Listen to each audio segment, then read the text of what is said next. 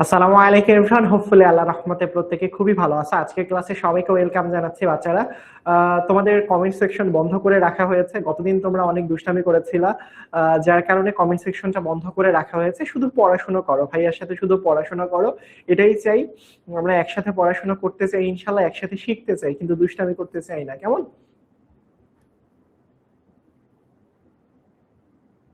So hopefully all clear. যদি সবকিছু ঠিকঠাক থেকে থাকে, দেখা যায়, শোনা যায় এবং বোঝা যায়, আমাকে একটু কাইন্ডলি কমেন্ট সেকশনের মাধ্যমে জানিয়ে দাও তো এবং বুঝিয়ে দাও তো জি ভাইয়া অল ক্লিয়ার রয়েছে, অর্থাৎ সবকিছু দেখা যাচ্ছে, শোনা যাচ্ছে এবং অল ক্লিয়ার রয়েছে। যদি সবকিছু ক্লিয়ার থেকে থাকে, দেখা যায়, বোঝা যায় এবং শোনা যায়, তাহলে একটু কাইন্ডলি আমাকে জানাবা জি ভাইয়া অল ক্লিয়ার। সো আমাকে একটু কাইন্ডলি জানাও তো ভাইয়া অল ক্লিয়ার কিনা। সবকিছু সবকিছু অল ক্লিয়ার থাকলে আমাকে একটু তাড়াতাড়ি জানিয়ে দাও, কেমন? সো তাহলে আমরা আজকের ক্লাসটা শুরু করব। আজকের ক্লাসের টপিকটা হচ্ছে আয়নিক বন্ধন। যাই হোক, আমরা ক্যাটায়ন অ্যানায়ন সম্পর্কে জানবো, আয়নিক বন্ধন গঠন হবার কারণটা সম্পর্কে জানবো, অনেক কিছুই জানবো। ক্যাটায়ন, অ্যানায়ন, আয়নিক বন্ধন, অনেক কিছু সম্পর্কে জানবো। তার আগে আমাকে একটা কথা বলো, গতদিনের পড়াশোনাটা তোমরা কারা কারা করেছিলা?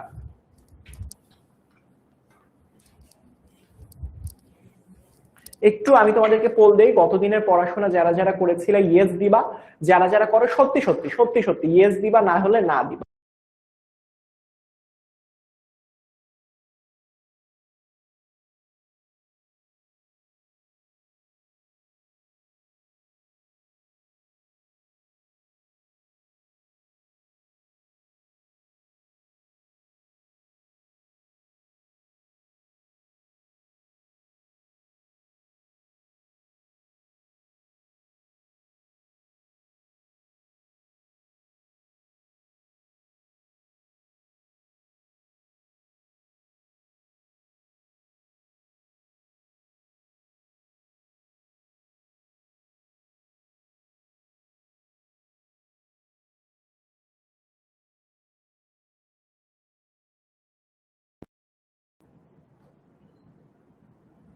অনেকেই করেছো, অনেকেই করনি, যাই হোক, চলো আমরা যারা যারা করনি অবশ্যই বাসায় পড়াশোনা করতে হবে, এছাড়া ভালো করতে পারবা। কিছুদিন পরেই তো তোমাদের পরীক্ষা। ভালো করতে হলে পড়তে হবে, পড়তে হলে পরিশ্রম করতে হবে, কিন্তু এছাড়া কিন্তু সম্ভব না, কেমন? সো প্রথমত দেখো, আমরা গতদিন অষ্টকের নিয়ম পড়েছি, অনেক জিনিসপত্র পড়েছি। আজকে আমরা যেটা পড়বো, নিষ্ক্রিয় গ্যাসও পড়েছি আসলে। কোনগুলোর যোজনী সম্ভব, কোনগুলো সম্ভব না, সেইগুলো পড়েছে। আজকে তোমাদের বোর্ড বই সেই ধারাবাহিকতায় পরের টপিকটা, অর্থাৎ রাসায়নিক বন্ধন এবং এটা গঠনের কারণ সম্পর্কে পড়াশোনা করব। তো এটা কতটা বেশি গুরুত্বপূর্ণ, আমরা একটু বোর্ড প্রশ্নগুলো গণি, যে রাসায়নিক বন্ধন এবং এটা গঠনের কারণটা কতবার আসলে বোর্ড পরীক্ষাতে প্রশ্নে এসেছে। তো সেটা যদি আমরা অ্যানালাইসিস করি ভাইয়া, তাহলে দেখবো 1, 2, 3, 4, 5, 6, ঠিক 6বার আসলে বোর্ড পরীক্ষায় প্রশ্নটা এসেছে রাসায়নিক বন্ধন এবং গঠনের কারণ। আসলে কেউ কেন বন্ধন গঠন করে? ধরো তুমি সারা জীবন সিঙ্গেল আছো, একটা সময় বিয়ে করবা, তোমার সংসার হবে, কিন্তু কেন, মানে কেন বিয়ে শাদী করার দরকার? রাইট? সো তুমি সিঙ্গেল আছে, সারা জীবন সিঙ্গেলই থাকো, এরকমটা তো হয় না, সমাজে তো এমনটা হয় না। মানে ধরো এটা একটা ছেলে, এটা একটা ছেলে, আর একটা হচ্ছে এটা একটা মেয়ে, রাইট? এদের মাঝখানে কি করা হয়? আহা, আহা, এদের মাঝখানে কি করা হয়? বিবাহ, বৈবাহিক বন্ধনের মাধ্যমে আবদ্ধ করে দেয়া হয়। কেন? কারণ হচ্ছে তারা মানে পরবর্তীতে হচ্ছে গিয়ে বাবা মা হবে, দাদা দাদি হবে, চাচা চাচি হবে, অনেক কিছু হবে। বাট কথা হচ্ছে যে আমরা আগে সিঙ্গেল ছিলাম, কেন ডাবল হই? সেম একই ভাবে কোন একটা পরমাণু চিন্তা করো, সোডিয়াম এ সিঙ্গেল অবস্থায় আছে, ক্লোরিন সিঙ্গেল অবস্থায় আছে, আর্গন সিঙ্গেল অবস্থায় আছে, থাক, মানে আর্গনটা যদিও বা আসলে নিষ্ক্রিয় গ্যাস, সে বন্ধন গঠন করে না। অথবা পটাশিয়াম, অথবা রুবেডিয়াম। তোমরা কি জানো যে, একটু চিন্তা করো তো ভাইয়া, একটু চিন্তা করো যে ভাইয়া, আমার একটা পরমাণু, ধরো একটা পরমাণুর নাম আমি চিন্তা করি, ধরো একটা পরমাণুর নাম সোডিয়াম, সে আলাদা ছিল। এখানে ধরো একটা ক্লোরিন, তারা আলাদা ছিল, তারা দুইজন আলাদা ছিল, বুঝছো? দুইজন আলাদা আলাদা ছিল। এখন প্রশ্নটা হচ্ছে, এরা না দুইজনে একসাথে হয়ে যায়, এটা এবং এরা একসাথে হয়ে যায়, একসাথে। দেখো, আমি যদি চিন্তা করি, এই যে দেখো, এটা একটা কি ছিল? এটা একটা মৌল ছিল। দেখো, এটা একটা পরমাণু ছিল, এটা একটা কি পরমাণু ছিল, রাইট? যারা সিঙ্গেল তারা পরমাণু। সেম একই ভাবে এটাও কি, এটাও হচ্ছে একটা পরমাণু। তো দুইজনে পরমাণু আলাদা ছিল ভাইয়া, একা ছিলাম, ভালো ছিলাম, লাগতো বেশ জোস, রাইট? কিন্তু পরবর্তীতে দেখা গেল এই যে সোডিয়ামটা দেখতেছো না, এই সোডিয়ামটা আসলে যেটা করলো সেটা আসলে আর একা থাকলো না, এখানে চলে আসলো। পরবর্তীতে যদি আমরা দেখি ক্লোরিন, ক্লোরিনটা আসলে আর একা থাকলো না, সে আসলে এর কাছে চলে আসলো। অর্থাৎ এখানে ওরা সিঙ্গেল অবস্থায় কি কি ছিল, সিঙ্গেল অবস্থাতে এটাও একটা পরমাণু ছিল, এটাও একটা পরমাণু ছিল, কিন্তু এরা পরবর্তীতে কি হলো বলতো ভাইয়া, এরা পরবর্তীতে হলো অণু হয়ে গেছে। জাস্ট দেখো ভাইয়া, এই দুইজন জিনিস একসাথে মিলে, সোডিয়াম এবং ক্লোরিন দুইজন একসাথে মিলে কি হয়ে গেল, পরমাণু থেকে অণু হয়ে গেল। কেন হলো ভাইয়া? একসাথে হওয়ার খুব জরুরি, খুব দরকার। কেন দরকার? অথবা আমি তোমাকে বলি, এই যে ঘটনাটা, এটাকে দেখো, একটা সোডিয়ামের সাথে একটা ক্লোরিন একসাথে হয়েছে, বাট যদি আমি চিন্তা করতাম এখানে আলাদা দুইটা পরমাণু, ধরো এরকম হয়ে যায় যে, ধরো হচ্ছে গিয়ে, ধরো এখানে তুমি লিখে দাও ম্যাগনেসিয়াম।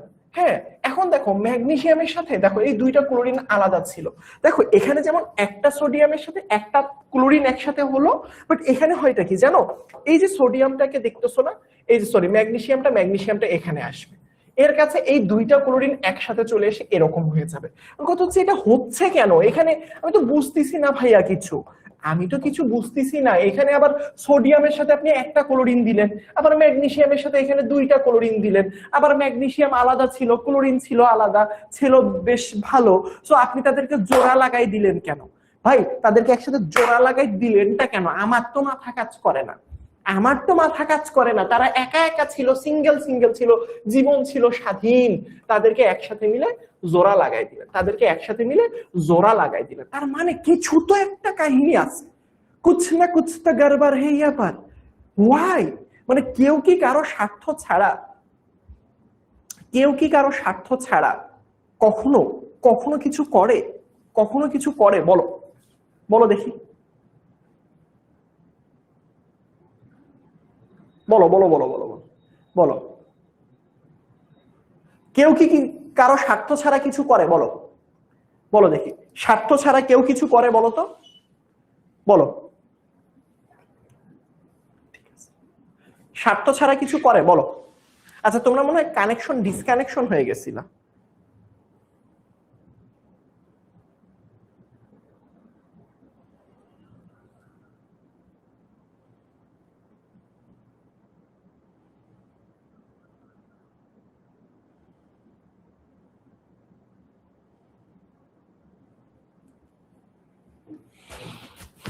নো, কারো স্বার্থ ছাড়া কিছু কেউ করে না, না না। কারো স্বার্থ ছাড়া কেউ কোনো কিছু করে না, কারো স্বার্থ ছাড়া কেউ কোনো কিছু করে না। রাইট? ঠিক আছে।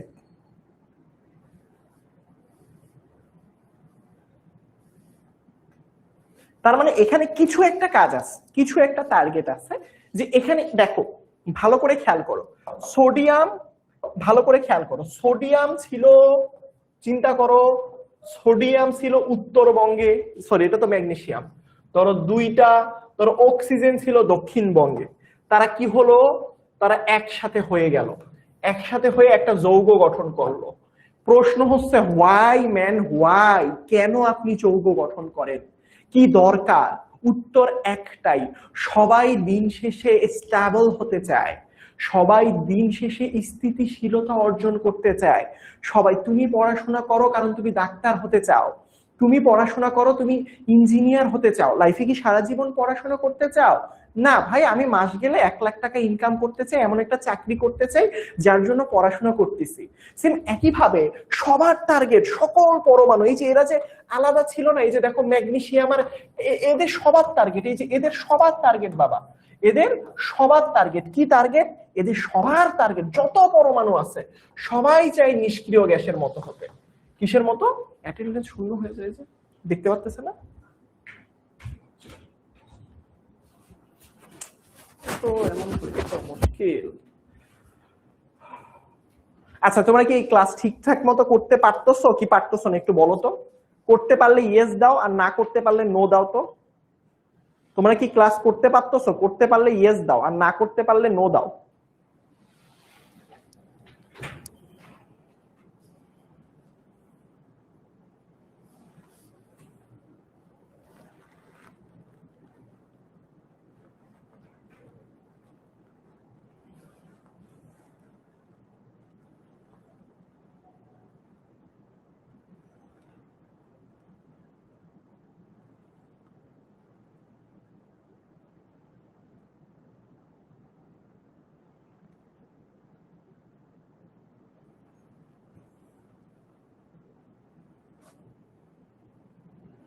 অনেকেই ক্লাস করতে পারতেছ না।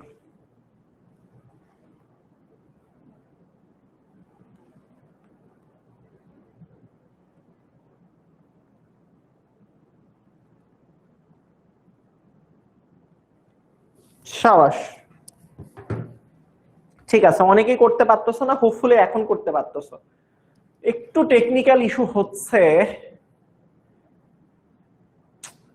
আচ্ছা যাই হোক, এবার দাও তো দেখি এবার কি ঠিকঠাক থাকার কথা কিনা। এবার যদি অল ক্লিয়ার থাকে ইয়েস দাও তো, তো মুশকিলে পড়ে গেলাম। আচ্ছা যাই হোক, একটা সহজ কথা বুঝো, এরা পরস্পরের সাথে জোড়া কেন লাগে, এইটার সাথে এইটা জোড়া লাগে কেন? কারণ একটাই ভাই, সবাই নিষ্ক্রিয় গ্যাসের মতো হতে চায়। গ্যাসের মতো সবাই হতে চায়, গ্যাসের মতো হতে চায় সবাই, আসলে নিষ্ক্রিয় গ্যাসের মতো হতে চায় সবাই। কিসের মতো হতে চায়? নিষ্ক্রিয় গ্যাসের মতো হতে চায়, যার কারণে আসলে এরা একসাথে জোড়া লেগে যায়। কোনো অ্যাটেন্ডেন্স যে এখানে বলতেছে ইয়েস দেখতে পাচ্তেছে, যেমন এখানে আমার ফিডে যদি বলি, এই যে ফিডে কিন্তু দেখা যাচ্ছে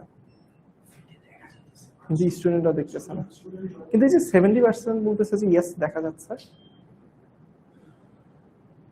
20% দেখতে পারতেছে না।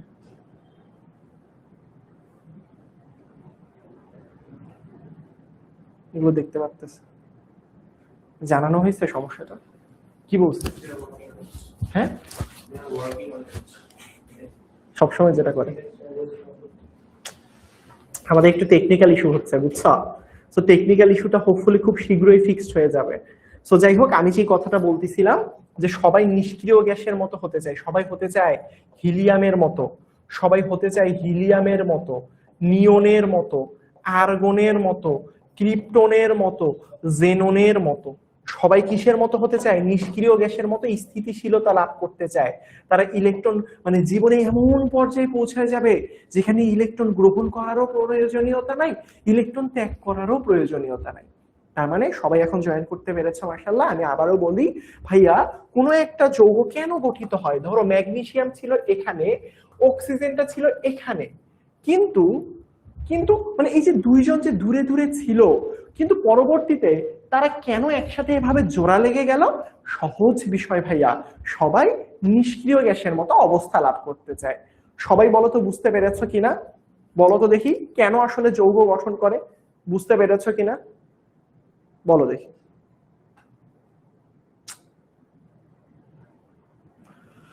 উফ, আজকে এমন একটা সমস্যা হলো, অনেকেই ক্লাসটা না করতে পারতেছে না বুঝছো ভাইয়া, মানে খারাপ লাগতেছে।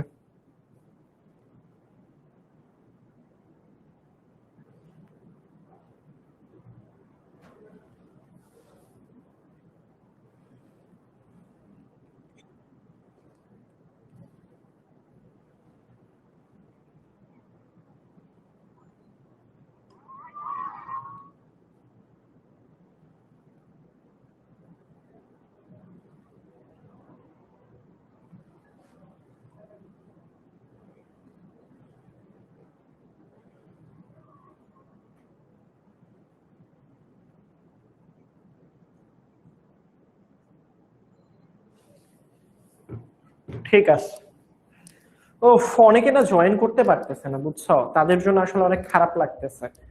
আচ্ছা যাই হোক, দেখো ভাইয়া, দেখো পরমাণু কি করে, নিষ্ক্রিয় হওয়ার জন্য যা খুশি তাই করতে পারে। দেখো কোনো মৌল ভিন্ন দুইটি পরমাণু যখন কাছাকাছি অবস্থান করে, ইলেকট্রন আসলে গ্রহণ বর্জন ভাগাভাগির মাধ্যমে নিষ্ক্রিয় গ্যাসের ইলেকট্রন বিন্যাস অবস্থা লাভ করে। নিষ্ক্রিয় গ্যাস কি গ্যাস? সবাই চায় নিষ্ক্রিয় গ্যাসের মতো অবস্থা লাভ করতে। এই ক্ষেত্রে তিনটা কন্ডিশন, হয় ইলেকট্রন কারো নিষ্ক্রিয় গ্যাসের থেকে বেশি আছে, সেই ক্ষেত্রে তাকে ইলেকট্রন দান করে দিতে হবে। সহজ হিসাব, নিষ্ক্রিয় গ্যাসে ইলেকট্রন ধরো আছে সর্ববহিষ্ঠ শক্তি স্তরে 6টা, তোমার কাছে আছে 7টা, তাহলে কি করতে হবে? ইলেকট্রন দান করে দিতে হবে। তো ধরো তোমার কাছে কম ইলেকট্রন আছে, ইলেকট্রন গ্রহণ করতে হবে, অথবা দান এবং গ্রহণ দুইটার কোনোটাই যদি করতে না পারো, ইলেকট্রন শেয়ার করে সবাই চাবে নিষ্ক্রিয় গ্যাসের মতো অবস্থা লাভ করতে। কিসের মতো? নিষ্ক্রিয় গ্যাসের মতো অবস্থা লাভ করতে।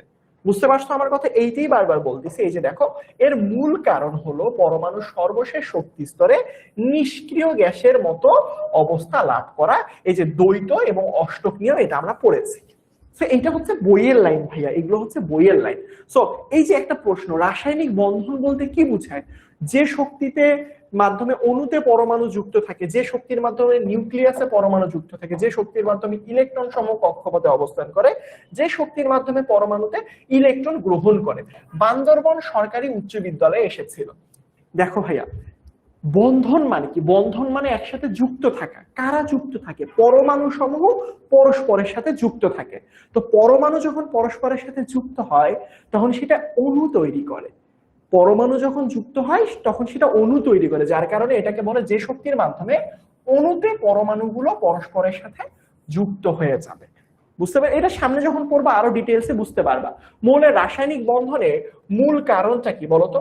স্থিতিশীল ইলেকট্রন বিন্যাস অর্জন করা, ধনাত্মক আয়ন সৃষ্টি করা, আকর্ষণ সৃষ্টি করা। কি আসলে দেখি তো তোমরা এই এমসিকিউটার উত্তর কারা কারা করতে পারো? অনেক খারাপ লাগতেছে, অনেকেই ক্লাসে জয়েন করতে পারতেছে না। দেখি এইটার উত্তর কে কে পারো, একটু দেখি তো,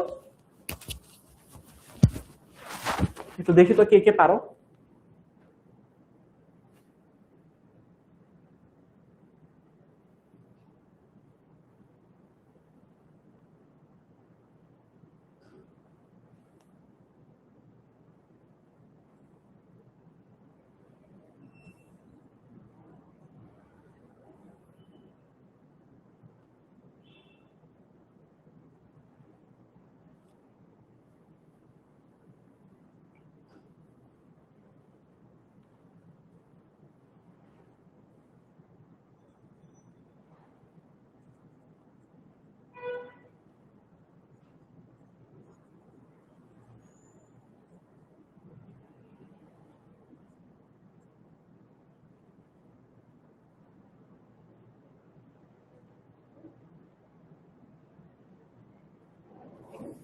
ঠিক আছে, সাবাস। মনে রাখবা রাসায়নিক বন্ধনের মূল কারণ হচ্ছে নিষ্ক্রিয় গ্যাসের মতো অবস্থা লাভ করা।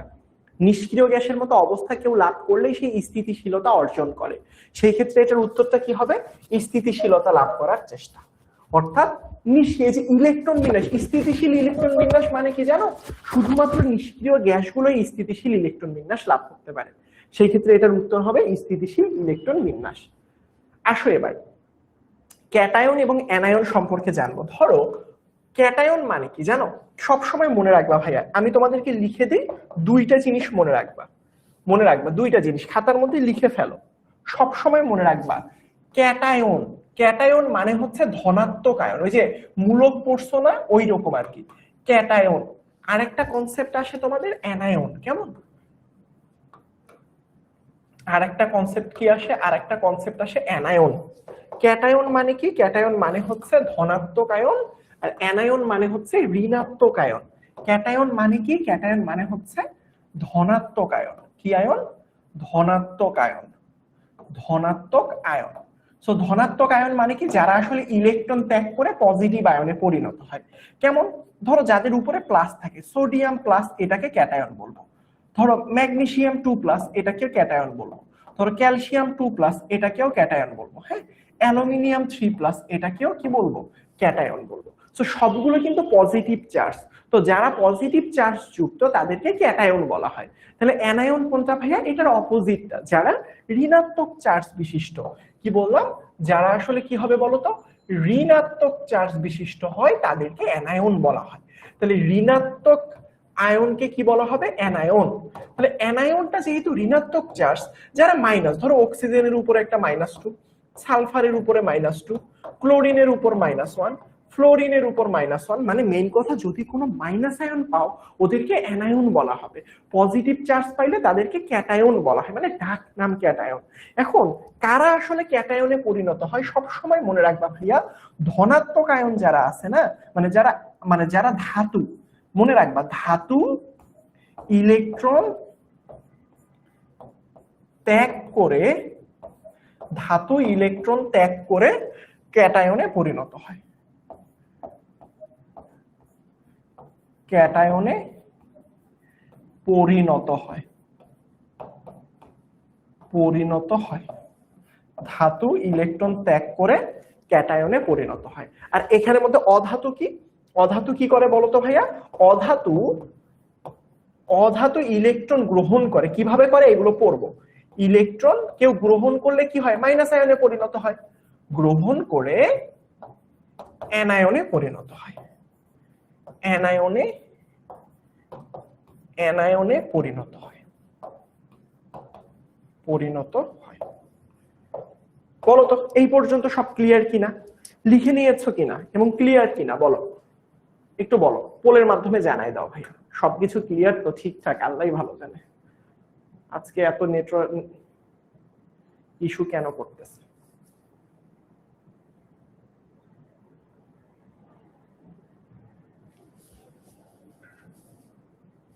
ইলেকট্রন গ্রহণ এবং ত্যাগ কেন করে, অষ্টক পূর্ণতা লাভের জন্য।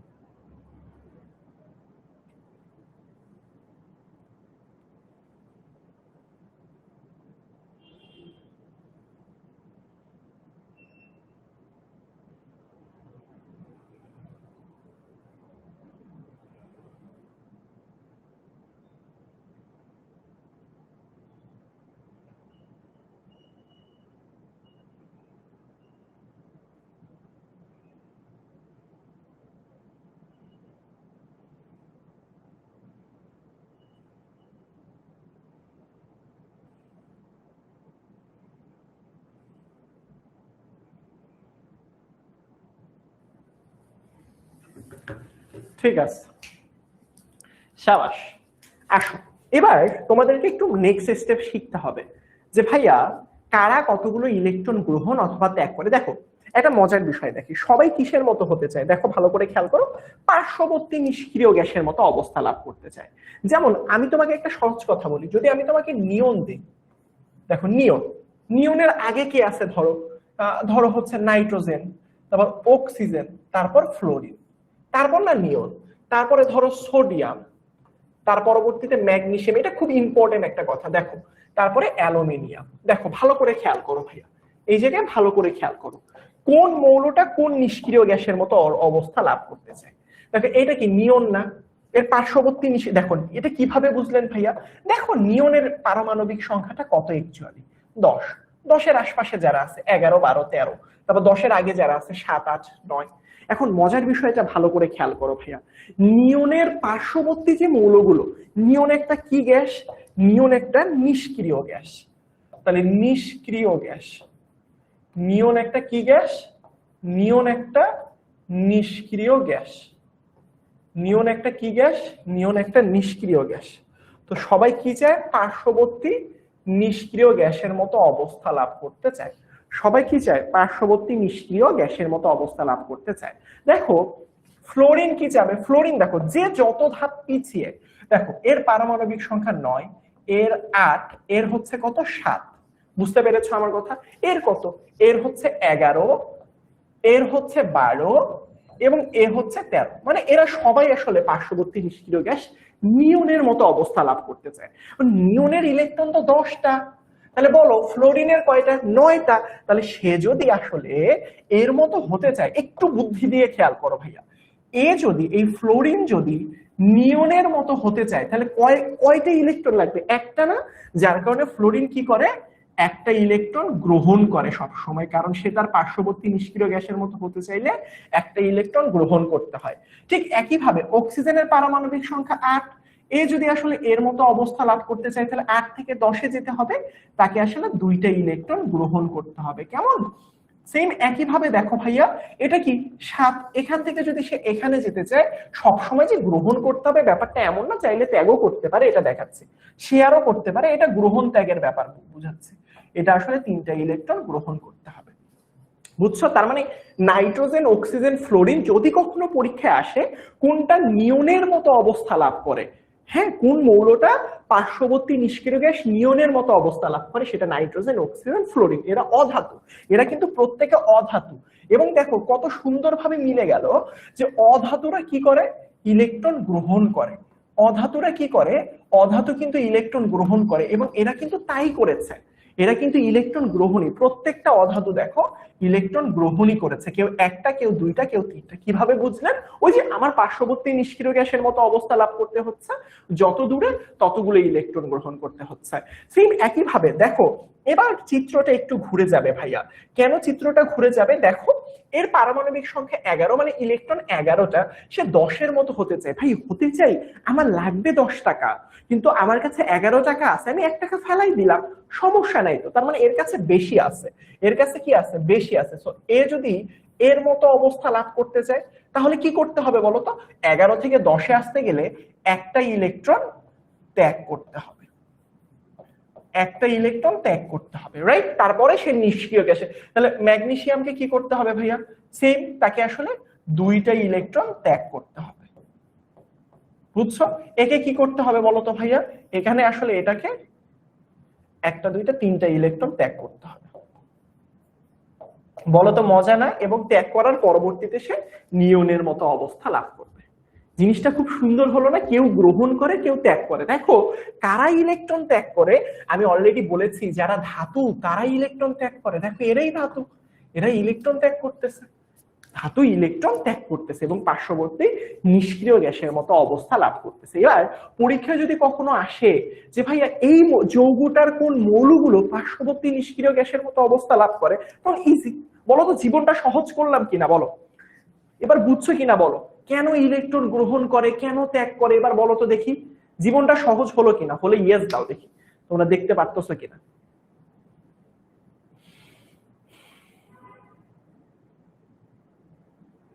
11 থেকে 10-এ যাবে এক ঘর, একটা ইলেকট্রন ত্যাগ করতে হবে, কারণ তোমার কাছে বেশি আছে।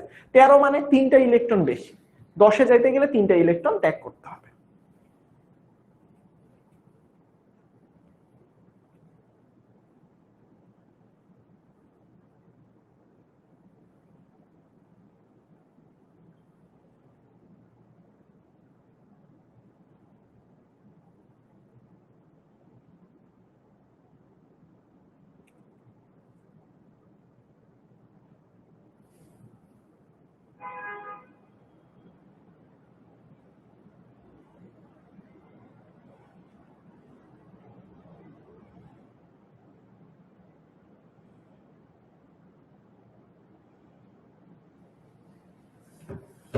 ঠিক আছে, সেম একই ভাবে দেখো, ভালো করে খেয়াল করো। মাঝে মাঝে এভাবে প্রশ্ন করে যে একটা যৌগ দিয়ে দেয়, বলে যে ধরো সোডিয়াম ফ্লোরাইড, এরা কোন নিষ্ক্রিয় গ্যাসের মতো অবস্থা লাভ করছে? বলো তো দেখি, সোডিয়াম ফ্লোরাইড কোন নিষ্ক্রিয় গ্যাসের মতো অবস্থা লাভ করছে? 1 হিলিয়াম, 2 নিয়ন, 3 আর্গন, 4 ক্রিপ্টন। দেখি তো কারা কারা বুঝো। এই যে যৌগটা, এই যৌগটা কোন নিষ্ক্রিয় গ্যাসের মতো, মানে এই যৌগের মধ্যে, হ্যাঁ, কোন এই যৌগটা কোন নিষ্ক্রিয়, মানে 2টা মৌল সোডিয়াম ও ফ্লোরিনও, এই দুইটাই কোন নিষ্ক্রিয় গ্যাসের অবস্থা লাভ করছে? নিষ্ক্রিয়, সবার টার্গেট নিষ্ক্রিয় গ্যাস হওয়া, গ্যাসের অবস্থা লাভ করছে, অবস্থা লাভ করেছে। বলো তো দেখি, দেখি কারা কারা পারো।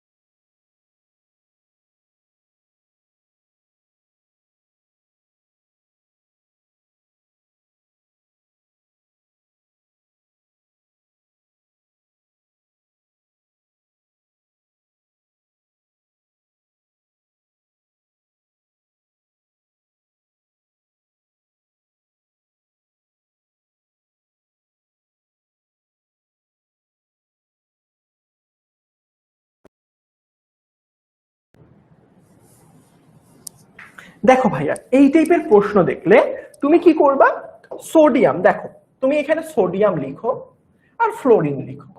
এটার পারমাণবিক সংখ্যা কত বলো তো ভাইয়া? পারমাণবিক সংখ্যা হচ্ছে 11। এটার পারমাণবিক সংখ্যা 9। এটা কোন নিষ্ক্রিয় মৌলের পারমাণবিক সংখ্যার আশপাশে আছে এটা খুঁজে বের করবা। এটার পারমাণবিক সংখ্যা দেখো 2।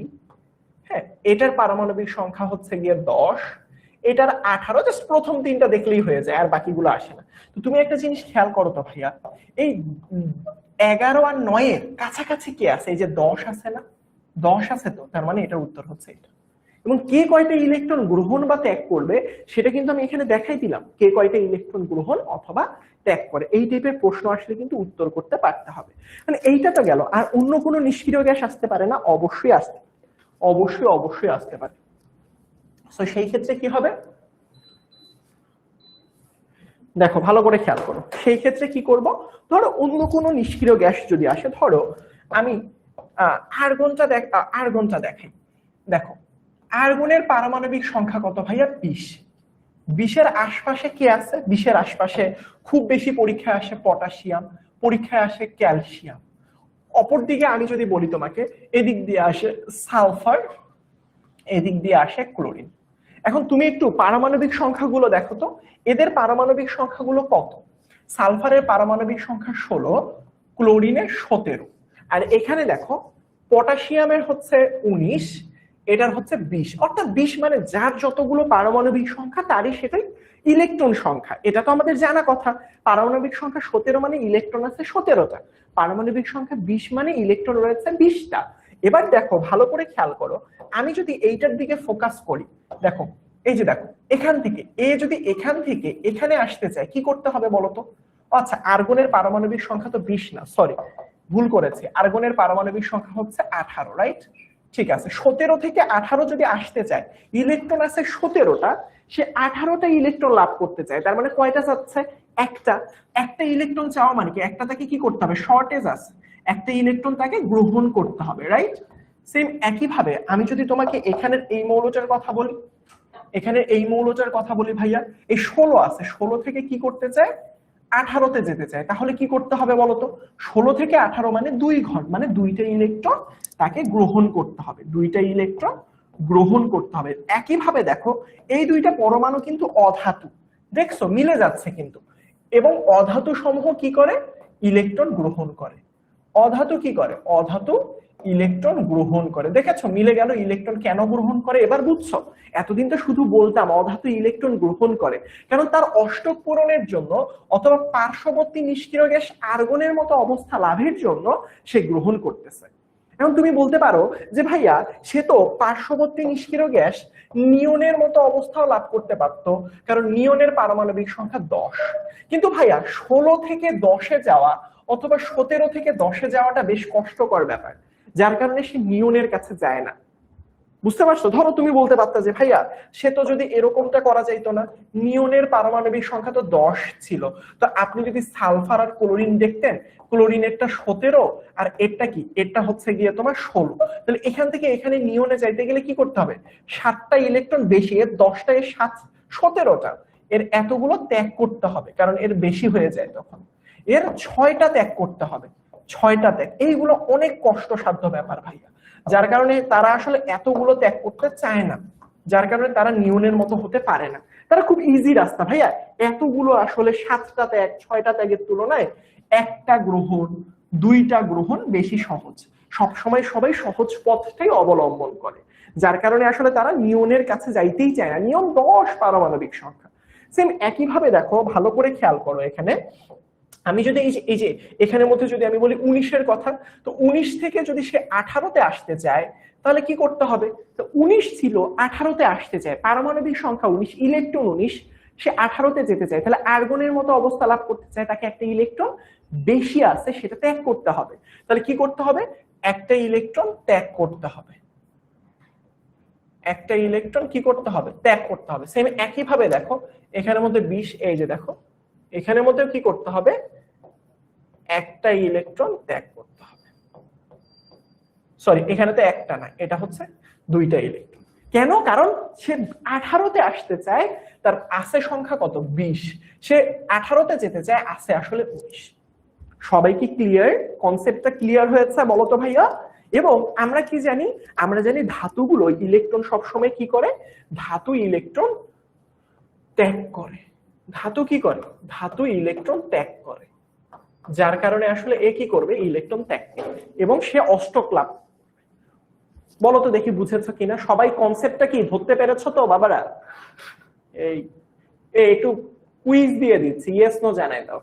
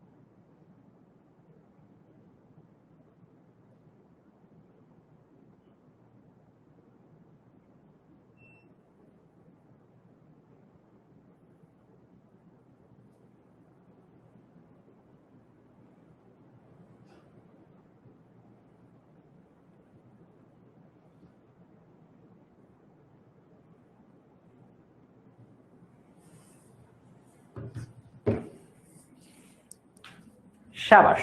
তার মানে এই যে দেখো প্রশ্ন আসে কিভাবে, ধরো এই যে দেখো, এই যে এখানের মধ্যে যেমন প্রশ্নটা দেখতেছিলাম, এই যে এই প্রশ্নটা সেম এই টাইপেরই প্রশ্ন। ধরো প্রশ্ন আসে এরকম, ক্যালসিয়াম ক্লোরাইড কোন নিষ্ক্রিয় গ্যাসের অবস্থা লাভ করে? নিষ্ক্রিয় গ্যাসের অবস্থা লাভ করে।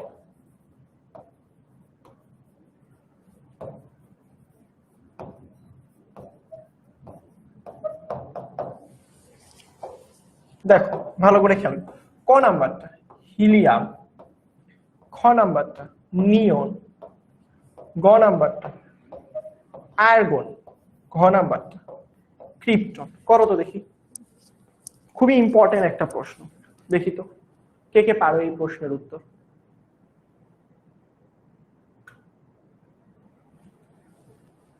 ওমা ওমা ওমা, আমি তো ভুল দিয়ে দিছি, কুইজটা ভুল দিয়ে দিছি ভাইয়া, উত্তরটা ভুলক্রমে মিসক্লিক হয়ে গেছে। দাঁড়াও এটা আমি ঠিক করে দিচ্ছি।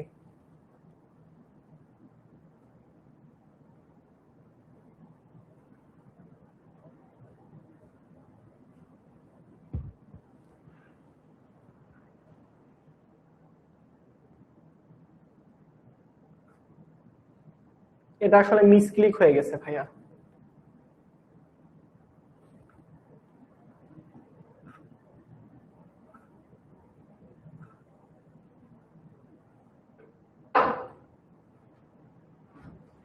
কুইজ আবার নতুন করে দিচ্ছে, হ্যাঁ ঠিক আছে।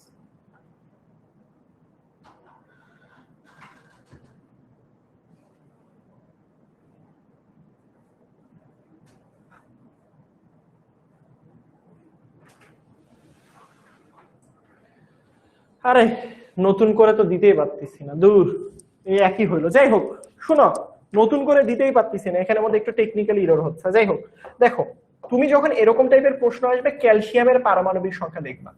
ক্যালসিয়ামের পারমাণবিক সংখ্যা হচ্ছে 20, ক্লোরিনের পারমাণবিক সংখ্যা হচ্ছে 17। তুমি এদের পারমাণবিক সংখ্যা দেখবে, এটা 2, এটা 10, এটা কত 18, এই তিনটার মধ্য থেকে আসে, বেসিক্যালি এই দুইটা থেকে বেশি আসে। তো দেখো তো এই দুইটার মাঝখানে এই যে দেখো তো এরা কাদের মতো, 20 এবং 17 কোনটার কাছাকাছি? 18-র কাছাকাছি না? তাইলে উত্তরটা হচ্ছে এটা, 18-র কাছাকাছি না? এ কি করবে? 20 থেকে 18-তে যাওয়ার জন্য দুইটা ইলেকট্রন কি করবে বলতো ভাইয়া? ত্যাগ করে দিবে, আর ও একটা ইলেকট্রন গ্রহণ করে ফেলবে। সহজ হিসাব, এটা মিসক্লিক হয়ে গেছে আর কি। যাক এটার জন্য আন্তরিকভাবে আমি দুঃখিত, এটা একটু মিসক্লিক হওয়ার কারণে, বাট জিনিসটা এবার ঠিকঠাক দিব। দেখো যেমন এখানে দেখো, ভালো করে খেয়াল করো, এই যে এখানে একটা প্রশ্ন দিচ্ছে, দেখো আয়ন গঠনের সময় পটাশিয়াম কোন মৌলের ইলেকট্রন বিন্যাস লাভ করে? কুমিল্লা বোর্ড 2024 সালে একটা প্রশ্ন, কি বলেছে? পটাশিয়াম। দেখি তো পটাশিয়াম কার মতো অবস্থান লাভ করে, তোমরা কে বলতে পারো? এবার আমি ঠিকঠাকই দিব ইনশাআল্লাহ।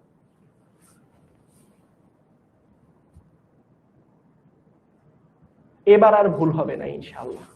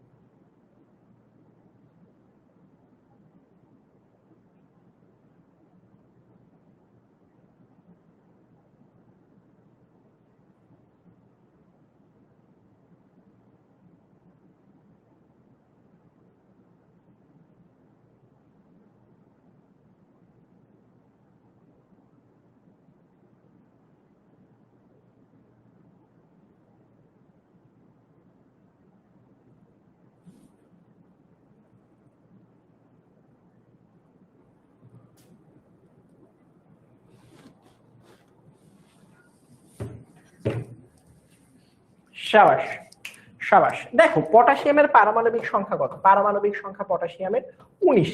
19-এর আশপাশে মৌলগুলো খুঁজবা। এর 18, এর 24, এর হচ্ছে আরো বেশি। এর মনে হয় ক্রিপ্টন মনে হয় 56 বা আশপাশে একটা হতে পারে। তার পরবর্তীতে হচ্ছে গিয়ে তোমার জেননের মনে হয় 56, এটা মনে হয় 36 হওয়ার কথা।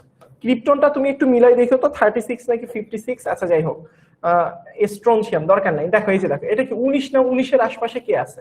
18 তো আছে, তো এটাই তো হয়ে গেল। হ্যাঁ, তারপরে দেখো কোনটি অ্যানায়ন। অ্যানায়ন সবসময় মনে রাখবা, অধাতুগুলো অ্যানায়ন হয় একটাও না। এখানে মধ্যে সোডিয়াম ক্লোরাইড ক্যাটায়নের ইলেকট্রন বিন্যাস কোনটিকে সমর্থন করে?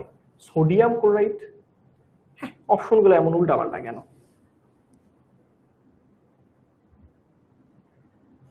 কি বলেছে? কোন যৌগতে অ্যানায়ন ক্যাটায়নের ইলেকট্রন সংখ্যা, এটা বলতে পারো। কোন যৌগতে অ্যানায়ন এবং ক্যাটায়ন এর ইলেকট্রন সংখ্যা পরস্পর সমান? এটা মানেটা আমি তোমাকে খুব সুন্দরভাবে বুঝাই দিচ্ছি।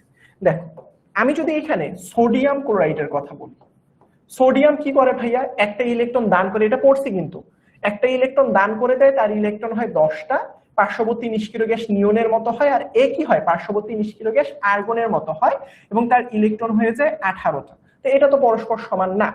ক্যালসিয়াম সালফাইড দেখো তো, ক্যালসিয়ামের ছিল 20টা, সে 2টা ত্যাগ করে আর্গনের মতো হয়, তখন তার হয়ে যায় 18টা। সালফারের ছিল 16টা, সে 2টা ইলেকট্রন গ্রহণ করে আর্গনের মতো অবস্থা লাভ করে হয়ে যায় 18টা। তার মানে এটার উত্তর হচ্ছে এটা।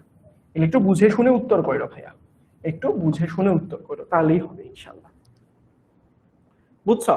এখন আসো ভাইয়া, এই জিনিসগুলো যদি বুঝো, মানে ওভারঅল বুঝছো তো কে কোন নিষ্ক্রিয় গ্যাসের মতো অবস্থা লাভ করবে, কে কতগুলো ইলেকট্রন গ্রহণ বা ত্যাগ করবে, এই কনসেপ্টটা বুঝলে তোমার এই যে ধরো আয়নিক বন্ধন, এই জিনিসগুলো বোঝা একদম ডাল ভাত আসলে, এর কোনো ব্যাপারই না আসলে। দেখো, আমাদের এক ধরনের বন্ধন পড়তে হবে, ভালোবাসার বন্ধন। ইয়ে বন্ধন প্যার কি বন্ধন হে, ইয়ে বন্ধন प्यार की बंधन है। মনে রাখবা প্রথমে ভাইয়া, ইয়ে প্যার কি বন্ধন আয়নিক বন্ধন, আয়নিক বন্ধন, আয়নিক বন্ধন। তো আয়নিক বন্ধন কাদের মধ্যে হয় সব সময় মনে রাখবা, এটা অলরেডি তোমরা বুঝে এসেছো। আয়নিক বন্ধন হয়, আয়নিক বন্ধন হয় ভাইয়া ধাতু এবং অধাতুর মধ্যে, ধাতু আর অধাতুর মধ্যে। ভাইয়া ধাতু অধাতু তো চিনি না, একদম কানের নিচে একটা ঠাস করে মার দিব। পর্যায় সারণীতে ধাতু অধাতু চেনানো হয়েছে, তারপরেও যদি বলো ধাতু অধাতু চিনি না, তাহলে কিন্তু খবর আছে। সো যদি তুমি একদম ধরো চিনতেছই না, চিনতেছি না ভাই, আপনি আমাদের দুইটা মারেন, তাও একটু বলে দেন, নাও 2-4টা মাইক দিয়ে ধরো তোমার আমি ভার্চুয়ালি 2-4টা মারছি কানের নিচে। কেন? তোমার আরো আগে এটা শেখা উচিত ছিল। ধাতু কারা অধাতু কারা এই বুড়া বয়সে যদি না পারো, তো অপমানজনক কথা। তো মনে রাখবা ভাইয়া, যারা যাদের নামের শেষে আম থাকে, অর্থাৎ গ্রুপ 1 এবং গ্রুপ 2 এর মৌল, কি গ্রুপ 1 এবং গ্রুপ 2 এর মৌলগুলো ধাতু, বুঝছো? এবং ধাতু কি করে, এখানের মধ্যে ধাতু আসলে ইলেকট্রন ত্যাগ করে। কি করে? ইলেকট্রন ত্যাগ করে। আর এইদিকে অধাতু কি করে? অধাতু এই বন্ধন গঠনের সময় ইলেকট্রন গ্রহণ করে। কি করে? ইলেকট্রন গ্রহণ করে। তাহলে এই অধাতুগুলো কি হয় ভাইয়া? এরা আসলে বেসিক্যালি সব থেকে ভালো মনে রাখার উপায় গ্রুপ, এখন আয়নিক বন্ধনের জন্য মনে রাখো 16 গ্রুপ 17 মৌল। বুঝছো আমার কথা? মুখস্থ করে ফেলো ভাইয়া, ভার্চুয়ালি যদি মাইন্ড খেতে না চাও। এই যে ইলেকট্রন গ্রহণ এবং ত্যাগের মাধ্যমে এ ত্যাগ করবে, সেই ইলেকট্রনটা এ আসলে গ্রহণ করবে। এখন দেখো ভাইয়া, এখানের মধ্যে ছোট্ট করে নোট করে দেই, গ্রুপ 1 কয়টা ইলেকট্রন ত্যাগ করে এইগুলো অলরেডি শিখাইছি। গ্রুপ 1 কি করবে? গ্রুপ 1 কতগুলো ইলেকট্রন ত্যাগ করবে বলো? একটা ইলেকট্রন ত্যাগ করবে। বুঝছো? সেম একই ভাবে গ্রুপ 2 দুইটা ইলেকট্রন ত্যাগ করবে। বুঝাইতে পারছি? গ্রুপ 1 কি করবে?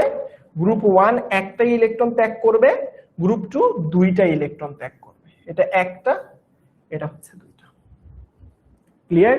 একজন একটা করে আর একজন দুইটা করে। কেন? এটা অলরেডি দেখবা যে কারণ তারা পার্শ্ববর্তী নিষ্ক্রিয় গ্যাসের মতো হওয়ার জন্য একটা ইলেকট্রন ত্যাগ করার প্রয়োজন পড়তেছে। জাস্ট শর্টে বলতেছি, এগুলো আমরা আরো পড়বো ইনশাআল্লাহ, কিভাবে কি হয় এগুলো পড়বো সব। আর এখানে গ্রুপ 16 18 হওয়ার জন্য কি করতে হবে? দুইটা ইলেকট্রন, কারণ 16 তাকে 18তে যেতে হবে। তাহলে এ কি করবে? দুইটা ইলেকট্রন গ্রহণ করবে। হ্যাঁ, আর গ্রুপ 16 এটা, হ্যাঁ, গ্রুপ 17 কি করবে? একটা ইলেকট্রন গ্রহণ করবে, কারণ টার্গেট সবার একটাই ভাবে, নিষ্ক্রিয় গ্যাসের মতো অর্জন লাভ করে। মানে এইগুলো কিন্তু অলরেডি কনসেপ্ট গুলো বুঝাই দিছি, কে কয়টা ইলেকট্রন গ্রহণ করে, কে কয়টা ইলেকট্রন ত্যাগ করে, এগুলো কনসেপ্ট গুলো বুঝানো হয়ে গেছে।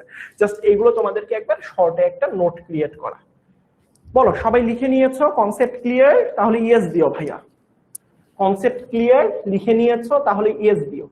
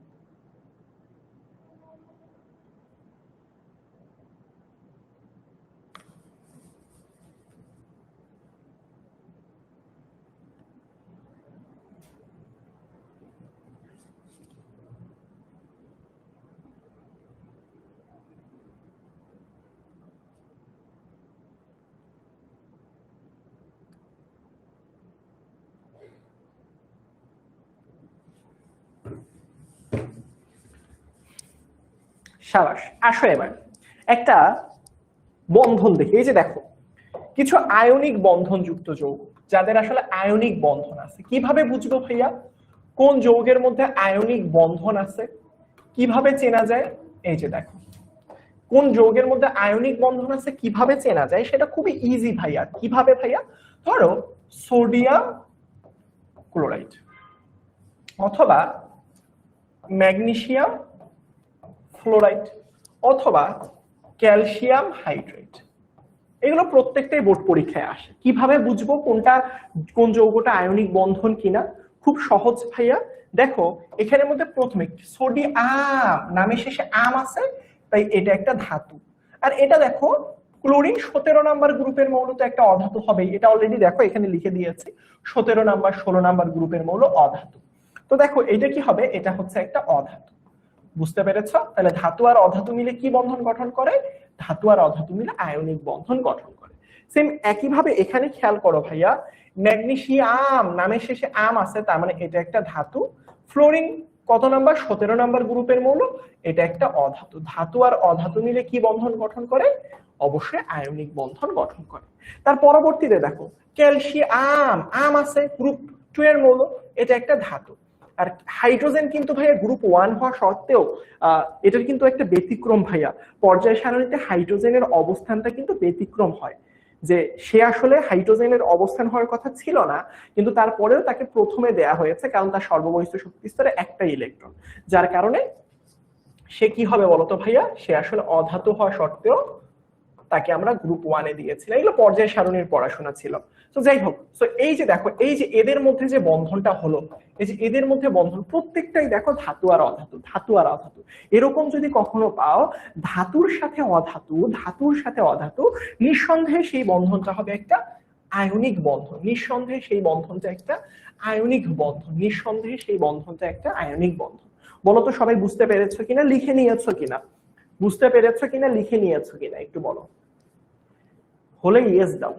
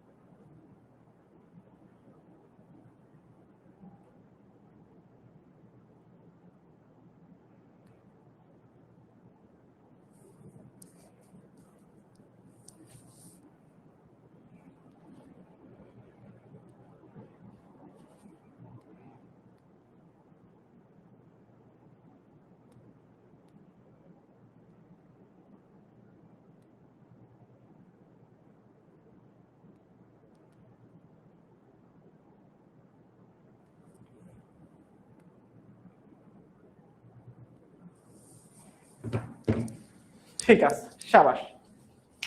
আসো তাহলে একটা যৌগ পড়ি, যেমন ধাতু আর অধাতু। এই যে দেখো সোডিয়াম ক্লোরাইড, এটা এক ধরনের সমযোজী বন্ধন গঠন করে, কিভাবে এইটা ব্যাখ্যা করতে বলছে। তো প্রথমে তুমি কিভাবে বুঝবা এই যৌগটা একটা সমযোজী যৌগ? কারণ প্রথমেই তোমাকে বুঝতে হবে ভাইয়া এইটা একটা ধাতু ছিল, এটা বন্ধনটা পড়ি, এটা আয়নিক বন্ধন কিভাবে ব্যাখ্যা করবো, আর এটা একটা অধাতু ছিল। এখন ভাইয়া তোমাকে এইটা বুঝতে হবে যে ভাইয়া এরা কতগুলো ইলেকট্রন গ্রহণ অথবা ত্যাগ করবে, পরস্পরের সাথে সংযুক্ত হওয়ার সময় কতগুলো ইলেকট্রন গ্রহণ বা ত্যাগ করবে। এটা বোঝার সব থেকে বেস্ট ওয়ে কি, তারা পার্শ্ববর্তী নিষ্ক্রিয় গ্যাসের মতো অবস্থা লাভ করতে চায়। তাহলে সোডিয়াম, দেখো তুমি এখানের মধ্যে সাইডে একটু নোট করে নিবা, জিনিসটা সহজ হয়ে যাবে। সোডিয়াম কার মতো অবস্থা লাভ করতে চায় বলতো? সোডিয়ামের পারমাণবিক সংখ্যা দেখবা 11, তার পার্শ্ববর্তী নিষ্ক্রিয় গ্যাস সে কি বলতো, নিয়ন না, সেটা 10। তাহলে সে যদি 11 থেকে 10-এ যেতে চায়, একটা ইলেকট্রন কি করতে হবে, ত্যাগ করতে হবে। সহজ হিসাব ভাইয়া। আর অপর দিকে আমি যদি দেখি ক্লোরিনের কথা, ক্লোরিনের পারমাণবিক সংখ্যা 17, তার পার্শ্ববর্তী নিষ্ক্রিয় গ্যাস আর্গন, তার পারমাণবিক সংখ্যা হচ্ছে 18। তাহলে সে যদি 17 থেকে 18-তে যেতে চায়, তাহলে একটা ইলেকট্রন কি করতে হবে, গ্রহণ করতে হবে। এই কনসেপ্টটা না প্রথমে তোমাকে বুঝতে হবে, কয়টা ইলেকট্রন গ্রহণ করব অথবা কয়টা ইলেকট্রন ত্যাগ করব, এই কনসেপ্টটা প্রথমে বুঝতে হবে। এছাড়া এটা আরো সহজে বোঝা যায়, বাট এটা কিন্তু পরীক্ষার খাতায় লিখতে হবে যে কে কোন নিষ্ক্রিয় গ্যাসের মতো অবস্থা লাভ করতেছে। এটা যখন ব্যাখ্যা লিখবা তখন লিখতে হবে যে সোডিয়াম একটা ইলেকট্রন ত্যাগ করে পার্শ্ববর্তী নিষ্ক্রিয় গ্যাস নিয়নের মতো অবস্থা লাভ করতে চায়, যার কারণে সে একটা ত্যাগ করতে চায়। প্রশ্ন তো মানে তোমাকে তো ব্যাখ্যা করে বোঝাতে হবে কেন সে একটা ইলেকট্রন ত্যাগ করলো, দুটা তো ত্যাগ করতে পারতো, রাইট? সেম একইভাবে ক্লোরিনও তার পার্শ্ববর্তী নিষ্ক্রিয় গ্যাস আর্গনের মতো হতে চায়, যার কারণে সে আসলে কি করে, একটা ইলেকট্রন গ্রহণ করে। বুঝছো? সো এইটা যদি ঝামেলা মুক্ত চাও, এই যে দেখো লিখে দিয়েছি গ্রুপ 1, সোডিয়াম কিন্তু গ্রুপ 1-এর মৌল, তাই একটা ত্যাগ করে। এই আর ক্লোরিন কিন্তু গ্রুপ 17-র মৌল, সে তাই একটা গ্রহণ করে। এভাবেও করতে পারো, কিন্তু তোমাকে আসলে ফ্যাক্টর এইটা বুঝতে হবে। এইটা বুঝলাম। প্রথমে কিভাবে শুরু করব? প্রথমে শুরু করবে এইভাবে যে উপরোক্ত মৌল দুইটা লিখবা নিজের মনের মাধুরী মিশায়, ভাইয়া ভালো লেখা লিখবা, উল্টাপাল্টা লিখিও না যে এখানের মৌলগুলো দুইটা দেখা যাচ্ছে, একটা সোডিয়াম আর একটা ক্লোরিন। এখানে সোডিয়াম ধাতু এবং ক্লোরিন একটা অধাতু। ধাতু এবং অধাতুর মধ্যে যে বন্ধনটা গঠিত হয় সেটা নিঃসন্দেহে একটা আয়নিক বন্ধন। তার পরবর্তীতে তুমি ইলেকট্রন বিন্যাস দিবা। ধাপ নাম্বার 1-এ কি দিবা, ইলেকট্রন বিন্যাস দিবা। কি দিবা, দুইটার ইলেকট্রন বিন্যাস, সোডিয়ামের ইলেকট্রন বিন্যাস, ক্লোরিনের ইলেকট্রন বিন্যাস। তাহলে কি করব, সোডিয়ামের ইলেকট্রন বিন্যাসে কি করব, এটা ইলেকট্রন, ও মানে এগুলো হুদাই ভাইয়া নাটক, এগুলো নাটক। তুমি বুঝাইতে হবে যে তুমি ইলেকট্রন বিন্যাস পারো। 3s2 3s2 তো না, 3s1, বুঝছো? তার পরবর্তীতে ক্লোরিন কি হবে? ক্লোরিন হচ্ছে 1s2 2s2 2p6 3s2 3p5। এখন মেইন যে ফোকাসটা ভাইয়া, কাহিনীটা বুঝাই, বেসিকটা বুঝো, লিখতে পারবা। এখানে দেখো আমরা বলবো এই সোডিয়াম কি করবে? একটা ইলেকট্রন ত্যাগ করবে এবং পার্শ্ববর্তী কোন ইলেকট্রনটা ত্যাগ করবে? দেখো ভাইয়া সোডিয়াম কিন্তু, এটা আবার খাতায় লিখুন, এটা তোমাকে বোঝানোর জন্য। সে এই ইলেকট্রনটা ত্যাগ করবে। কি করবে? এই যে ইলেকট্রনটা দেখতেছো না, এই যে দেখো সোডিয়াম একটা ইলেকট্রন ত্যাগ করে, এই ইলেকট্রনটা ত্যাগ করবে। এই যদি এই ইলেকট্রনটা ত্যাগ করে, দেখো এখানে ইলেকট্রন সংখ্যা অটোমেটিকলি 10টা হয়ে গেছে এবং সে নিষ্ক্রিয় গ্যাস নিয়নের ইলেকট্রন বিন্যাস লাভ করছে। অর্থাৎ সোডিয়াম নিয়নের মতো হয়ে গেছে, কারণ তার বোঝায় এটা, সে এইটা ত্যাগ করে দিছে। এবং এই যে ত্যাগ করা ইলেকট্রন কে গ্রহণ করবে? এই ত্যাগ করা ইলেকট্রন তো গ্রহণ করবে ক্লোরিন।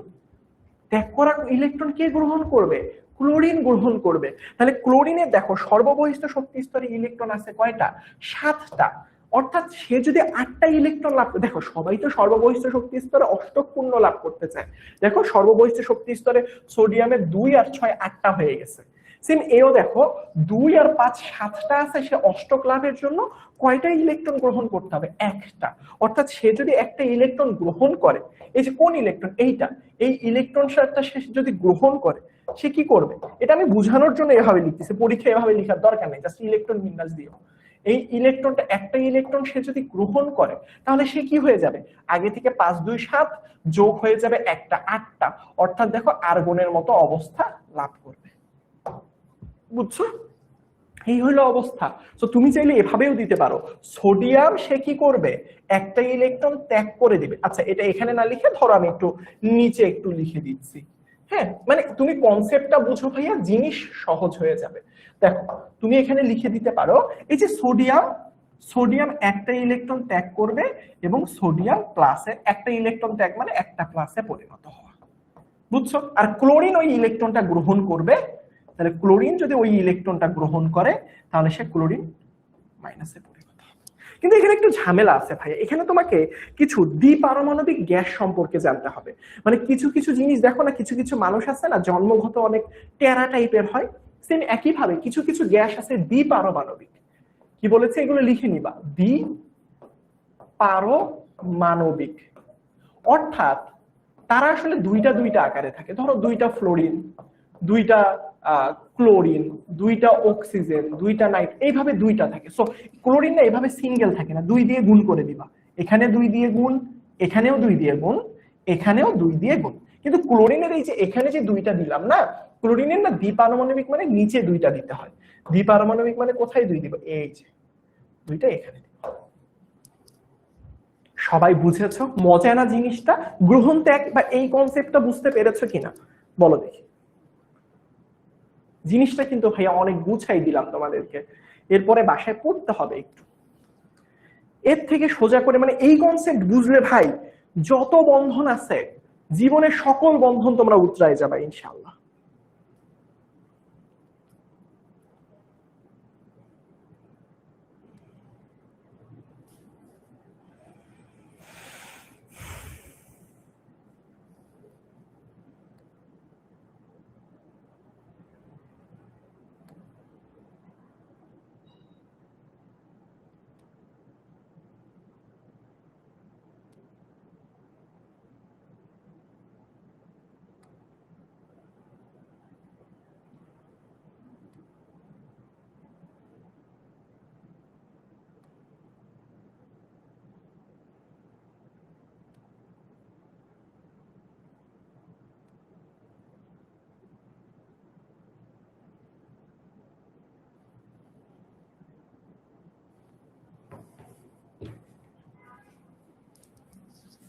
ঠিক আছে, ভেরি গুড। এবার তোমাদেরকে চিত্র আর্ট করতে হবে। কেমিস্ট্রির ভাষায় চিত্রকে মানে হচ্ছে বায়োলজিকে চিত্রকে চিত্র বলা হয়, রসায়নকে চিত্রকে ডায়াগ্রাম বলে ডাকা হয়।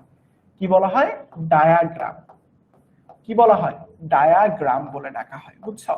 কি বলে ডাকা হয়? ডায়াগ্রাম।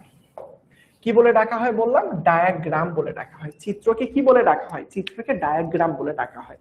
বোঝাতে পেরেছি? হোপফুলি বুঝতে পেরেছো। এবার দেখো ভালো করে খেয়াল করো, এখানে দেখো সোডিয়ামটা প্রথমে আড করো, স্বাভাবিক সোডিয়াম, সোডিয়ামের ইলেকট্রন বিন্যাস করে দেখবা তিনটা কক্ষপথ, তিনটা কক্ষপথে দেখো এই যে ধরো এটা হচ্ছে আমাদের সোডিয়াম পরমাণু। সোডিয়ামে কি ছিল? প্রথম কক্ষপথে দুইটা ইলেকট্রন ছিল। দেখো সোডিয়ামের ইলেকট্রন বিন্যাস 1s2 লিখেছিল না, দুইটা ইলেকট্রন। পরের কক্ষপথে ছিল 1 2 3 4 5 6 7 8টা, পরের কক্ষপথে ছিল একটা ইলেকট্রন। এটা ছিল সোডিয়াম। আর পাশে কে ছিল? পাশে ছিল ক্লোরিন, রাইট? ধরো এখানের মধ্যে তুমি ক্লোরিন দিলা,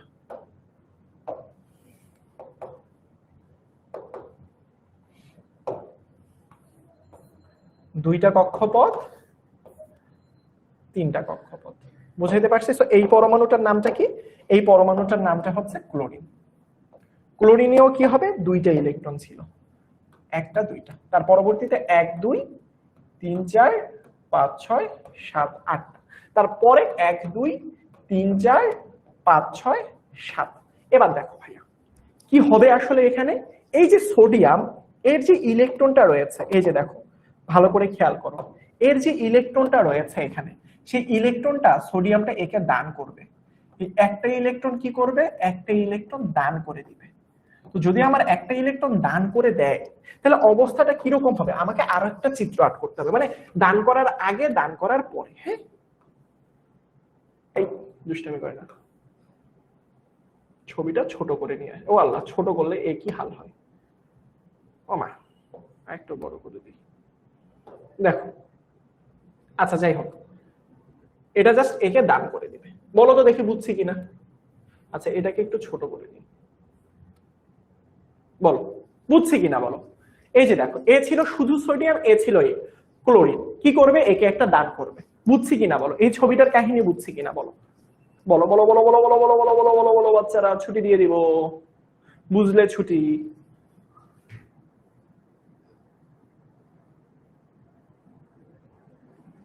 দেখো দান করার পরের অবস্থাটা কি হবে আসলে, দান করার পরের অবস্থাটা এই যে দেখো, এটা এভাবে দেখানোর দরকার নেই, জাস্ট আমি তোমাদেরকে বুঝাই দিচ্ছি। এই যে পরমাণুটা তুমি দেখতে পাচ্ছ, এই যে পরমাণুটা, এই যে পরমাণুটা যে তুমি দেখতে পাচ্ছ, দান করার পরের অবস্থাতে এ কি এরকমই থাকবে? এ কি এরকমই থাকবে ভাইয়া? উত্তর হচ্ছে না। কেন? কারণ সে তো তার এই ইলেকট্রনটা দান করে দিছে। এই যে দেখো, এই ইলেকট্রনটা একে দান করে দিছে। তো এই ইলেকট্রনটা একে যদি দান করে দেয় তাহলে ইলেকট্রনটা এখান থেকে এখানে চলে আসবে। কি হবে বলতো ভাইয়া? এই ইলেকট্রনটা এখান থেকে এখানে চলে আসবে। বুঝাইতে পারছি? জাস্ট কি হবে বলতো ভাইয়া? পরবর্তীতে ইলেকট্রনটা এখান থেকে এখানে চলে আসবে। ক্লিয়ার? জাস্ট আমি জাস্ট তোমাদেরকে বুঝানোর জন্য মানে দুইটা চিত্র আর্ট করতেছি ভাইয়া, যাতে তোমরা বুঝো। হ্যাঁ, এটা জাস্ট যাতে তোমরা বুঝো। দেখো এই এই এই দুষ্টামি করে না, দুষ্টামি করে না। এই যে দেখো, এখানে যাতে তোমরা বুঝো। হ্যাঁ, চিত্রটা আসলে এখানে জায়গা কম তো এত বড় বড় করে দিয়েছি। আচ্ছা যাই হোক, এই যে ধরো এটা এখানে, এই যে তো হবে এটা কি জানো? এ কি করবে? এর ইলেকট্রনটা, সোডিয়ামটা একে ইলেকট্রনটা দান করে দিবে। দান করে দিলে ভাইয়া এর কি আর এই কক্ষপথ দরকার আছে? না, এই কক্ষপথ আর দরকার নাই। মানে জিনিসটা খুবই সহজ, এই ইলেকট্রনটা এখান থেকে এখানে চলে যাবে। আর এই যে কক্ষপথটা, এই কক্ষপথটা আর দেয়া না দেয়া একই কথা। এই কক্ষপথে ইলেকট্রন না থাকলে কক্ষপথের কোনো দাম নাই। যার কারণে আমি এই যে দেখো, এই যে কক্ষপথটা, এই ইলেকট্রনটা এখানে যাওয়ার কারণে, এই ইলেকট্রনটা এখান থেকে এখানে যাওয়ার কারণে এই কক্ষপথটা শূন্য ইলেকট্রন। আর শূন্য ইলেকট্রন থাকলে আসলে কক্ষপথটা দেওয়ার কোনো প্রয়োজনীয়তা নাই, যার কারণে এমনি রাখছি। আর ওই ইলেকট্রনটা এখানে কাছে আসার কারণে এখানে এই যে দেখো, এটা ভিতরে ঢুকাই দিচ্ছে। এবার তার মানে দেখো, তার মানে দেখো, এই যে দেখো সোডিয়াম, সে এখন কি হয়েছে বলতো? সোডিয়াম আছে নাকি সোডিয়াম প্লাস হয়ে গেছে। একটা ইলেকট্রন দান করার পর সোডিয়াম প্লাস হয়ে গেছে, অর্থাৎ সে আসলে নিয়নের ইলেকট্রন বিন্যাস লাভ করেছে। আর এ কি হবে বলতো? সে একটা ইলেকট্রন গ্রহণ করার পর 18টা ইলেকট্রন হয়েছে ক্লোরিন, হয়েছে ক্লোরিন মাইনাস, এবং এ হয়ে গেছে আয়নের মতো অবস্থা লাভ করেছে। মজা না? This is call diagram. Just কিচ্ছু না, এই ছবিটাই ওইখানে রেখেছি, ইলেকট্রনটা এখানে পাস করে দিয়েছি। মজা না বলো তো ভাইয়া? সবাই পারবা? পরীক্ষা আসলে পারবা? পরীক্ষা আসলে পারবা? বলো পারবা কিনা। বাকি অনেকগুলো আয়নিক বন্ধন বাসায় চেষ্টা করতে হবে। এই আয়নিক বন্ধনটা বুঝলে বাকি সব আয়নিক বন্ধন একদম কনসেপ্ট ক্লিয়ার। খুশি? ফারদিন ভাইয়ের প্রতি খুশি? একদম ভেঙে ভেঙে যে বুঝাই দিলাম, এত ভেঙে ভেঙে কেউ বুঝাবে না তোমাকে। ফারদিন ভাইয়া থাকতে ফারদিন ভাইয়াকে মূল্য দিতে হবে, ফারদিন ভাইয়ার ক্লাসে মনোযোগ দিতে হবে, নয়তো কিন্তু তোমরা যদি মনোযোগ না দাও, না বুঝো, তাহলে কিন্তু ক্লাসে আসবো না। তোমরা থাক, তোমরা মনোযোগ দাও না এত। এইগুলো কিন্তু ভাইয়া, এই যে দেখো এত গুছায় দেয়া, আমি এটা এমনি বলতেছি না, অনেক গুছাই দিচ্ছি। দেখো এত গুছায় তোমাদেরকে কেউ দিবে না, কেউ দিবে না ভাইয়া, বিশ্বাস করো, কেউ দিবে না। এই যে দেখো কে কিরকম হতে পারে, ক্যাটায়ন মানে কি, কোন মৌলটা কার মতো অবস্থা লাভ করতে পারে, কতগুলো ইলেকট্রন গ্রহণ করবে, ত্যাগ করবে, হ্যাঁ, তার পরবর্তীতে দেখো এই যে কে কোন মৌলের ইলেকট্রন বিন্যাস লাভ করলো, তার পরবর্তীতে ধাতু অধাতু কে কয়টা আবারও বুঝালাম, আয়নিক বন্ধন আবারও বুঝালাম, ইলেকট্রন গ্রহণ ত্যাগ বুঝালাম, চিত্র দেখাই দিলাম। থ্যাংক ইউ বাবারা। তোমরা যদি পরীক্ষায় উত্তর করতে পারো এতে আমি খুশি। খুব মন চাচ্ছে তোমাদের সাথে যদি আমি কমেন্টে কথা বলতে পারতাম যে আমি এত মানে অনেক ইফোর্ট দিছি ভাইয়া ক্লাসে, অনেক ইফোর্ট দিছি, একদম ভেঙে ভেঙে বুঝাই দিছি, একদম ইলেকট্রন ধরে ধরে বুঝে দিছি, এই ইলেকট্রনটা এখানে আসবে, এই কক্ষপথটা থাকবে না, হ্যাঁ, এই কক্ষপথটা এমন হয়ে যাবে, এটা হয়ে যাবে এর মতো। সো এই জিনিসগুলো আসলে হচ্ছে গিয়ে একদম ভেঙে ভেঙে দেখাই দিছে। এখন তোমাদের কাজ বাসায় বিগত বছরের বোর্ড প্রশ্ন দেখলেই বুঝবা অনেক আয়নিক বন্ধন আসছে, একটু ট্রাই করবা, বাসায় একটু ট্রাই করবা। সোডিয়াম ক্লোরাইড গেল, সোডিয়াম ফ্লোরাইড দিয়ে চেষ্টা করবা, যেভাবে দেখালাম আগে দেখবা, এটা দেখবা নিয়নের মতো হয়, এটাও দেখো নিয়নের মতো হয়।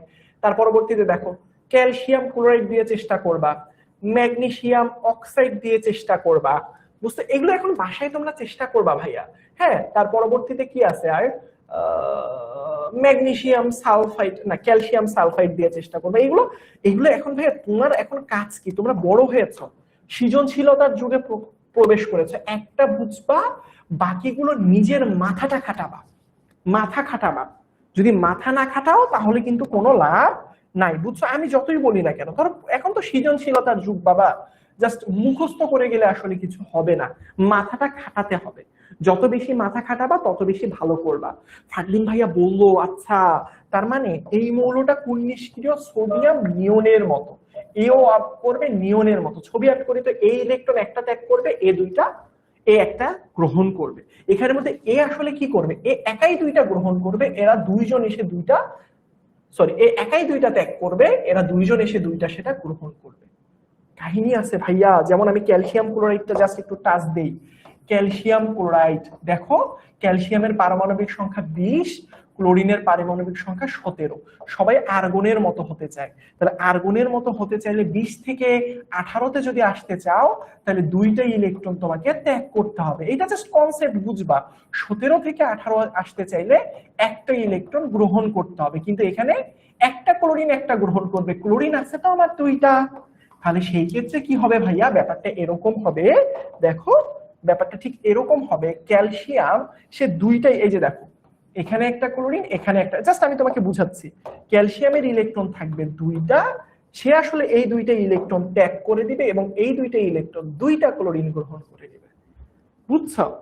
বুঝছো আমার কথা? খুব সহজ হিসাব, মানে বাম পক্ষ আর ডান পক্ষ মিলবে।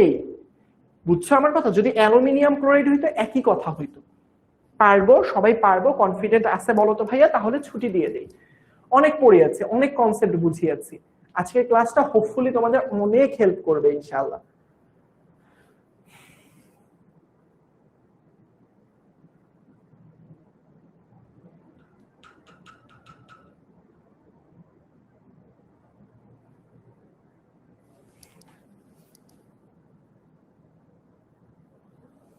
পারবো পরীক্ষা আসলে।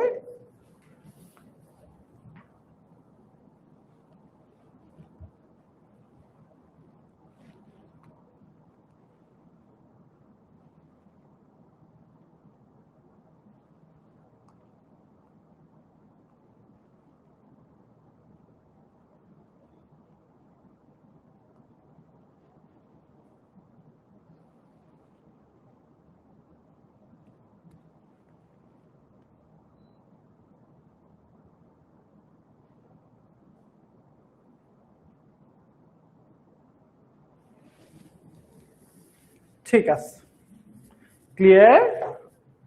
এটা হয়ে যাবে ক্যাটায়ন আর এরা দুইজন হয়ে যাবে অ্যানায়ন, এরা দুইজন হয়ে যাবে অ্যানায়ন। পারবো ইনশাআল্লাহ। সো এই পর্যন্ত তোমাদেরকে অসংখ্য ধন্যবাদ। তোমরা চিন্তা করতে পারবে না, এই যে এই প্রশ্নগুলো দেখো, এই প্রশ্নগুলো জাস্ট একটু দেখাই তোমাদেরকে। ক্যালসিয়াম হাইড্রেট পড়াইছি না, দেখো যশোর বোর্ডে আসছে, যশোর বোর্ড 2021 সালে আসছে। যশোর বোর্ডে কি এসেছে, ক্যালসিয়াম হাইড্রেটে কোন ধরনের বন্ধন বিদ্যমান।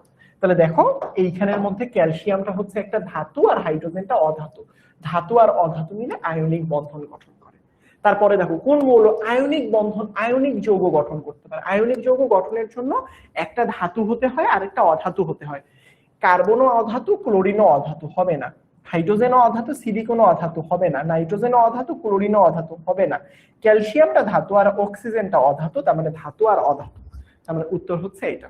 তার পরবর্তীতে দেখো ভ্যান ডার ওয়ালস শক্তি দ্বারা আবদ্ধ থাকে নিচের কোন যৌগ, হাইড্রোজেন সালফাইড। মানে এখানের মধ্যে ব্যাপারটা হচ্ছে কি জানো, এটা একটা আয়নিক বন্ধন যুক্ত যৌগ, এটাও আয়নিক কারণ ধাতু অধাতু, এটা ধাতু অধাতু আয়নিক, ধাতু অধাতু আয়নিক, ধাতু অধাতু আয়নিক, এটা অধাতু অধাতু, এখানে এটা তো আয়নিক না, মানে ভ্যান ডার ওয়ালস এটাতেই থাকবে। না পেরেও পারলাম, মানে পারা দিয়ে না পারাটা পারলাম। নিষ্ক্রিয়, যে দেখো যৌগ গঠনের সময় কোন মৌল একই নিষ্ক্রিয় গ্যাসের মতো অবস্থা লাভ করে, অর্থাৎ যদি আর্গনের মতো করে সবাই আর্গন, যদি নিয়নের মতো করে সবাই নিয়ন, তাহলে কি হবে, পটাশিয়ামটা কি 19 পারমাণবিক সংখ্যা, সে আর্গনের মতো অবস্থা লাভ করে। ফ্লোরিনটা 9, সে নিয়নের মতো অবস্থা লাভ করে। ক্যালসিয়ামের পারমাণবিক সংখ্যা 20, সে আর্গনের মতো লাভ করে। সালফারের হচ্ছে 16, সে আর্গনের মতো লাভ করে। তার মানে এটা হচ্ছে এটা, বুঝছো? এগুলো প্রশ্ন বোর্ডে আসা প্রশ্ন, সিলেট বোর্ডে এসেছিল।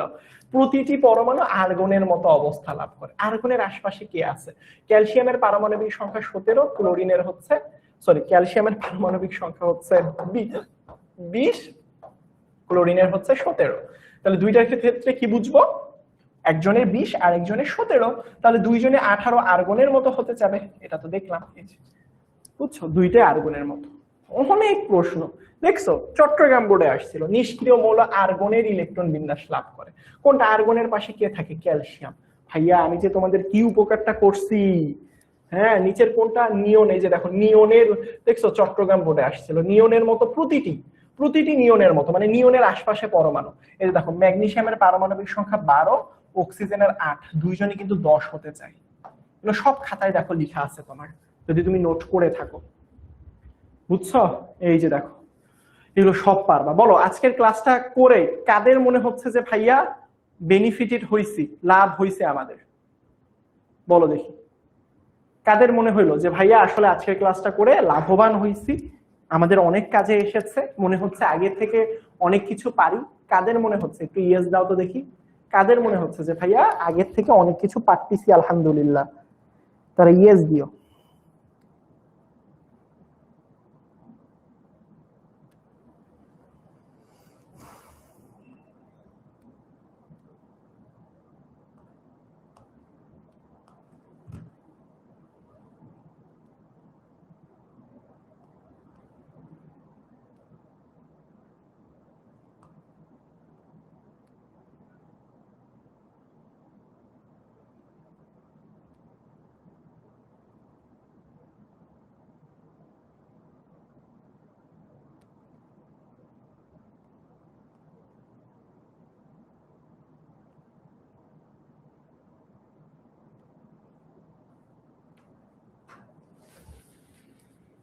ঠিক আছে বাবারা, তোমাদেরকে অসংখ্য ধন্যবাদ।